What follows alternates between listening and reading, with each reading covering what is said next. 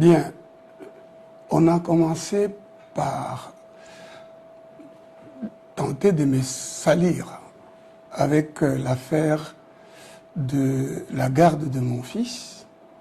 On a instrumentalisé la mère et l'enfant, et même l'IDPS, par ces jeunes qui prétendaient de l'IDPS, est passé à la télévision, me menacer.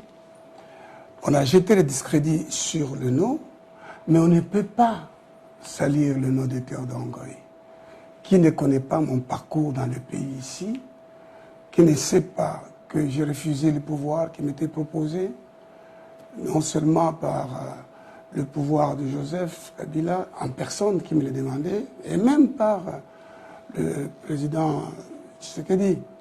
On m'a proposé d'exercer de hautes fonctions, j'ai posé mes conditions comme je les ai posées à l'époque de Kabila. Donc, le journaliste qui aurait écrit ou qui parlerait le fait pour d'autres motifs. Il n'est pas de bonne foi. Quelqu'un qui est de bonne foi sait que le passé Théodore était candidat gouverneur de Katanga contre justement Moïse. Et je m'opposais à Moïse sur les idées, sur la compétence, sur l'honnêteté, l'intégrité. Tout le monde sait comment le pouvoir de l'époque a tout fait pour obliger les députés à voter pour Moïse. C'est tout. Mais moi, je ne suis pas dans cette bassesse qui consisterait à aller empêcher que Moïse soit candidat. Moi, je voudrais bien que l'on s'oppose. La réalité, c'est laquelle? Voilà, on veut éliminer les deux candidats d'un seul coup. C'est-à-dire, on écarte éventuellement Moïse pour les raisons que l'on pourrait avancer. En même temps, on jette le discrédit sur celui à qui profiteraient éventuellement les voix qui auraient pu aller chez Moïse.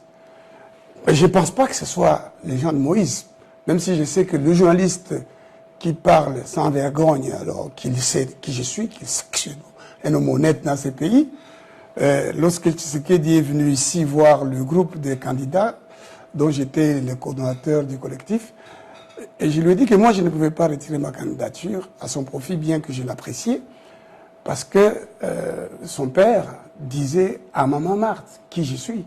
Maman Marthe qui me critiquait parce que à l'époque, Kabila avait obtenu cet accord de cascade. C'est ce que dit le père a dit à Maman Marthe, Théodore n'est pas comme les Congolais, ne lui parle jamais comme ça. Joseph Kabila, à qui je réclamais mes droits à la Banque centrale, je lui ai dit, mais je suis désillusionné, je vous connais. Il me dit, il lève son doigt et dit, ne parle pas comme les Congolais, tu n'es pas comme les Congolais, tu as une mission que Jésus t'a donnée sur la terre pour les Congos. Il n'y a pas un homme que le président de la République, Joseph Kabila, a approché comme moi, à qui il a offert différentes fonctions, qu'il a même nommé gouverneur de la Banque centrale. Et quand il m'a proposé ça lui-même, je lui ai posé mes conditions.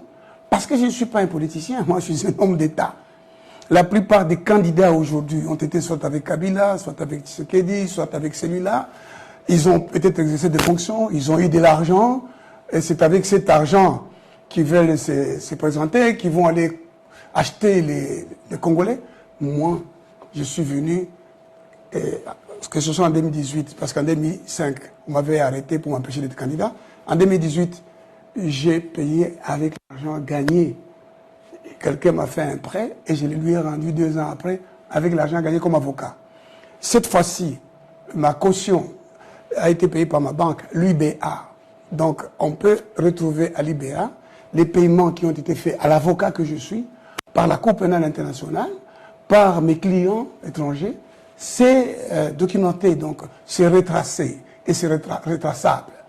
Et non seulement les gens de l'extérieur m'ont payé, dont je suis avocat, mais aussi les gens de l'intérieur. Et par ailleurs, plusieurs Congolais ont apporté leur contribution pour la constitution de la caution, et je vais leur demander d'ailleurs d'apporter leur contribution à la constitution des moyens financiers pour la campagne. Et c'est à un homme pareil qu'on oppose la bassesse contre laquelle je me suis battu par honneur et dignité, dont mon père me parlait toujours. C'est monsieur qui a parlé de moi sans se gêner en citant mon nom.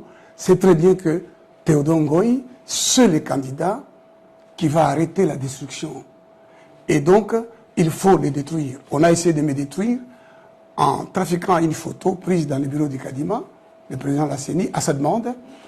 On m'a présenté une dame comme étant ma femme et on l'a insulté. J'ai demandé au président Denis Kadima de demander pardon. J'attends qu'il demande pardon parce que c'est une infraction qui a été commise, prévue par le code du numérique. Et j'ai dit que puisqu'on m'efforce, comme tout à l'heure j'ai reçu une autre autorité des médias qui est venue me voir et qui m'a dit c'est prophétique, pasteur.